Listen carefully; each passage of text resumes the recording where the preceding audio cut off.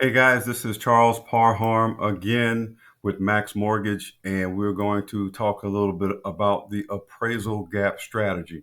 So, in this example here, we're using a $420,000 sales price. Um, all right, so in the first example, we're putting 20% down. Now, let me just let you know using this strategy, it only works with with conventional financing, and you also have to be putting at a minimum 10% as a down payment. So just a little caveat there. So with this particular strategy, conventional financing, and you have to be putting down at least 10%. Okay, so with that in mind, let's go. All right, so doesn't matter. Let's keep the rate the same. So we're at what? We're at 7%. We're at 7%, and I also have my assistant here. My son, his name is Xavier. So you'll be hearing another voice in addition to mine on occasion. So 420 sales price, 20% down. It means the loan amount is going to actually be 336,000. Okay, everything's good, everything's fine. So that's okay. So now let's say this is really if you're in a bidding war and you're trying to really win the property because you just love the property, and sales price is, let's say in this instance is 375, but you bid at 420. You've been advised to bid 420, so that's why you overbid it for this property. So, but you're still using the same 20% down as in the first example here. To see how that works, loan amount's going to remain the same at 336,000. Now, that of course with 20% down, there's no mortgage insurance, and mortgage insurance is really insurance that the lender requires you to put on the loan anytime you're putting down less than 20%.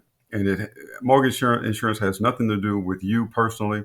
It's only to protect the lender. Should you default on the loan, the lender is going to file an insurance claim and get paid on the loan. That's all that really is. So unfortunately, you as the consumer, you pay for this insurance. The lender does not. All right. So first example, 20% down, we got that. Now, let's say the property comes in at 395,000. Second example. Okay. So in essence, that will put, if you put down the same 20%, loan amount still the same, 336,000, but the property comes in at 395,000, well, you are $25,000 short. So what do? Do you come out of pocket, pay that additional 25 or what? Well, this is where we start to explain the strategy. So once again, still same 20%. However, your loan to value goes from 80%, because remember, you put 20% down, your loan to value is 80%. So now with this particular example, your loan to value goes to 85%. Okay, so do you want to pay mortgage insurance? Well, if you do, then your monthly payment is going to increase based on whatever that current mortgage insurance rate premium is. But let's say you don't want to pay mortgage insurance. You want to keep your payment the same, keep the rate the same, keep the loan amount the same. So the strategy we implement here is we get with the lender and say, hey, our borrower does not want to pay mortgage insurance, so we want to buy out the mortgage insurance premium. So instead of paying that additional monthly fee, we basically can prepay it, buy it out. And what that does is that keeps you from paying mortgage insurance, keep your payment the same with the same interest rate, and it also keeps your loan amount the same. So it does not mess with the integrity of your mortgage payment. That remains the same. And it also does not interfere with the integrity of your amount of money that you're coming out of pocket. The only difference is that mortgage insurance buyout fee is going to cost something. So in this particular example, I think it was like $1,200. So you can see there's a slight increase in your cash to close as opposed to just putting straight 20% down. Okay.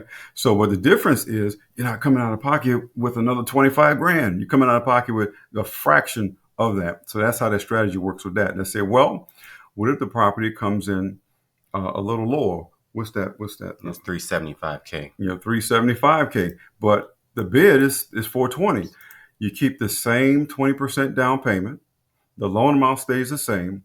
Now the loan to value based on the actual value of the property is going to be 90%, 90% loan to value. Okay. So you're still putting 20% down, but your loan to value increases. So same strategy. Let's go back to the lender and say, hey, we don't want to pay this mortgage insurance, so we want to buy it out. So in this particular example, the actual cost to buy this out is approximately $5,000 and some change. Okay, so you see the difference between the two. Between the three. All three down payments remain the same. Monthly payments remain the same.